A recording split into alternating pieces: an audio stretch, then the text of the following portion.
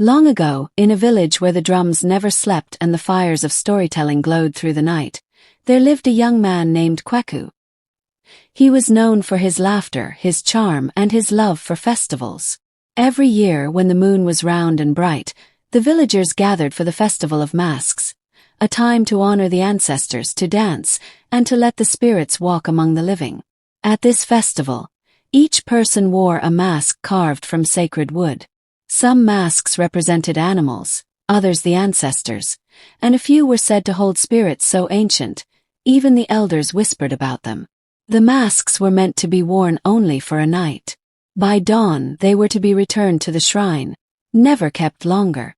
One year, Kweku was drawn to a mask unlike any he had ever seen. It was carved from dark wood that shimmered like water under moonlight, with markings that seemed to shift when you looked too closely. The moment he placed it on his face, the crowd gasped. His dance was unlike any before. Graceful, powerful, almost otherworldly.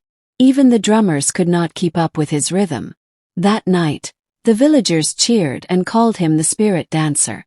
Kweku basked in their praise.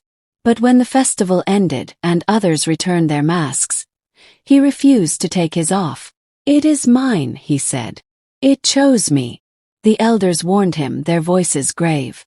"No mask belongs to one man. Return it, or it will return you to the spirits." But Kweku only laughed. Days passed, and he wore the mask everywhere. At first, people admired him, bowing as he walked by, believing he carried the blessing of the ancestors. But soon, strange things began to happen. His voice no longer sounded like his own. His laughter echoed as though two voices spoke at once.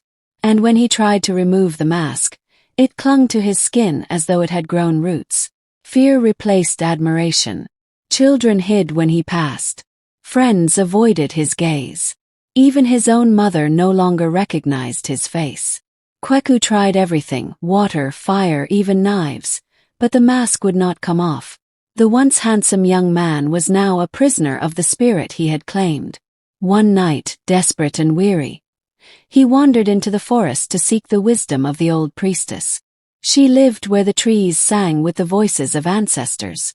When she saw him, she shook her head.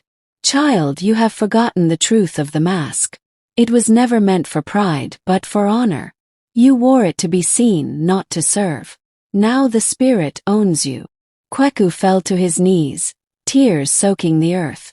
"What must I do?" he begged. The priestess placed her hand on his head and whispered, "Only humility can loosen what pride has bound. You must give without being seen, serve without being praised, and love without seeking reward.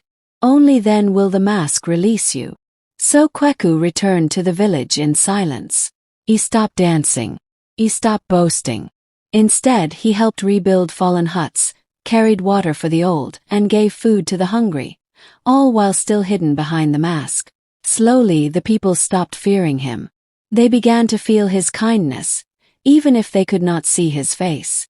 And then, one morning at sunrise, as he carried a basket of food to a widow's home, the mask slipped from his face and fell to the ground.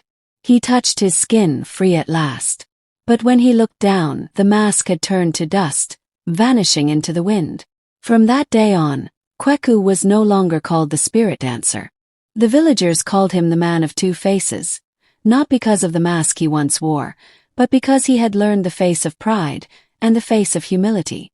And so the tale reminds us, pride chains the spirit, but humility sets it free. Never let pride become a mask you cannot remove. True beauty is in kindness and humility. Thank you for listening to this tale. If you enjoyed it, don't forget to subscribe, like, and share so more people can join us for the next African story. Until then, stay curious, stay inspired, and let the stories live on.